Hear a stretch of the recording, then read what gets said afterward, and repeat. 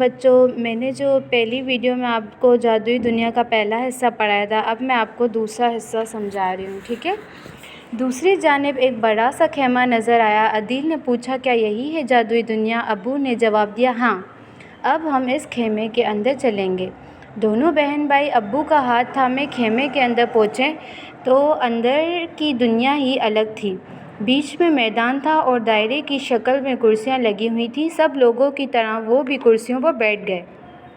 کچھ دیر میں اعلان ہوا کہ تماشا شروع ہونے والا ہے، اور پھر میدان میں رنگ برنگے کپڑے پہنے بہت سے ظریف آ گئے اور طرح طرح کے مزاحیہ حرکات کر کے سب کو ہنسانے لگے۔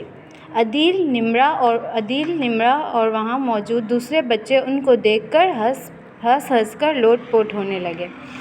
ظریف مزاحیہ کرتب دکھا کر چلے گئے تو کچھ لوگ بڑے بڑے سے پنجرے دھکیلتے ہوئے لے آئے۔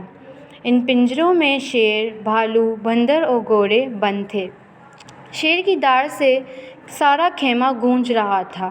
ان جانوروں کی مدد سے بھی دلچسپ کرتب دکھائے گئے۔ جانوروں کے کرتب کے بعد چند کرتب بازوں نے چھت سے لٹکے بڑے بڑے رسوں کی مدد سے ہوا میں جھول کر ایسے حیرت انگیز کرتب دکھائے کہ خیمہ تالیوں سے گونج اٹھا۔ سب سے آخر میں سیاہ رنگ کا لباس پہنے اور بڑی سی ٹوپی لگائے ایک شخص میدان میں آیا۔ اس نے ہاتھ میں ایک چھری پکڑ رکھی تھی۔ ابو نے بتایا کہ یہ آدمی جادوگر ہے اور اس نے ہاتھ میں جادو کی چھری پکڑ رکھی ہے جس سے وہ جادو کے کرتب دکھائے گا۔ سارے بچے دلچسپی سے اسے دیکھ رہے تھے۔ سب سے پہلے جادوگر نے ٹوپی میں سے خرگوش نکال کر سب کو حیران کیا، پھر رومال کو کبوتر بنا کر ہوا میں اڑا دیا۔ اس طرح اس نے ڈھیروں جادوئی کرتب دکھائے۔ عدیل اور نمرہ کو یہ کرتب بہت پسند آئے۔ آخر میں اس جادوگر نے مجمع میں بیٹھے ایک بچے کو بلا کر اس کی ٹوپی لے کر ایک ڈبے میں رکھ دی۔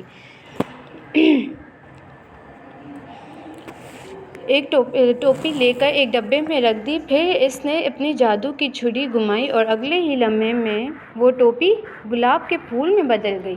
یہ دیکھ کر سب لوگ تالیاں بجانے لگے۔ جادوگر نے جادو کی چھری دوبارہ گھمائی اور گلاب کے پھول کی جگہ واپس اس بچے کی ٹوپی لے لی۔ اس کے بعد تماشا ختم ہو گیا۔ سب بچے اپنے والدین کے ساتھ خیمے سے باہر جانے لگے۔ نمرہ اور عدیل بھی ابو کے ساتھ اپنے گھر کی طرف روانہ ہو گئے۔ گھر پہنچ کر عدیل نے اپنی بلی پر امی کا دوپٹہ ڈال دیا اور نمرہ سے بولا، اب دیکھنا، میں اس بلی کو جادو کے زور سے طوطا بنا دوں گا۔ اس نے جادوگر کی طرح آنکھیں بند کر کے دوپٹے پر ہاتھ پھیرا۔ دوپٹے کے نیچے ہلچل سی ہوئی۔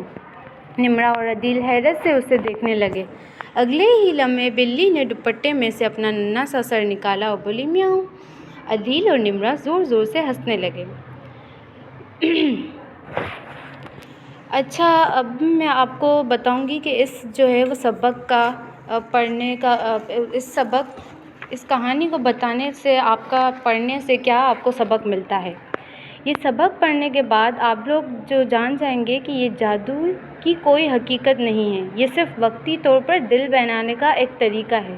اور کھیل ہی کھیل میں کئی کام کی چیزیں سیکھی جا سکتی ہیں۔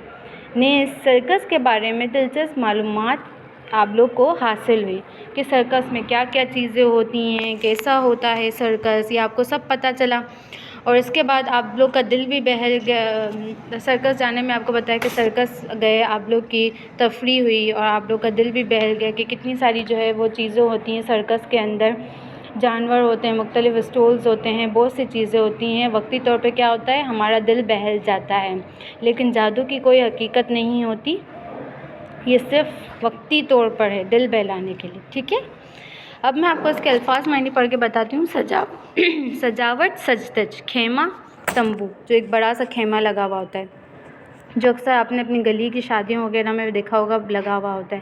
ظریف، مسخرہ، کرتب، تماشا، مجمع، بھیڑ، ہجوم، جو اگر کوئی بھی چیز بٹ رہی ہوتی ہے، کچھ بھی ہوتا ہے تو بھیڑ ہو جاتی ہے، رش ہو جاتی ہے، ہجوم لگ جاتا ہے، تو اسے کہتے ہیں مجمع، ٹھیک ہے۔ اور مجھے پوری امید ہے کہ آپ لوگوں کو یہ کہانی، جو یہ سبق ہے، وہ بہت اچھا لگا ہوگا۔ عدیل و نمرہ کی کہانی سن کر آپ کو بہت مزہ آیا ہوگا۔ اور سرکس جو ہے وہ مختلف پارک میں کبھی کبھی ہوتے ہیں، آپ لوگ بھی جا کے وہاں جائیے گا، دیکھیے گا۔ آپ کا بھی دل بہل جائے گا اور مزہ آئے گا. ٹھیک ہے، چلو بچوں، اللہ حافظ.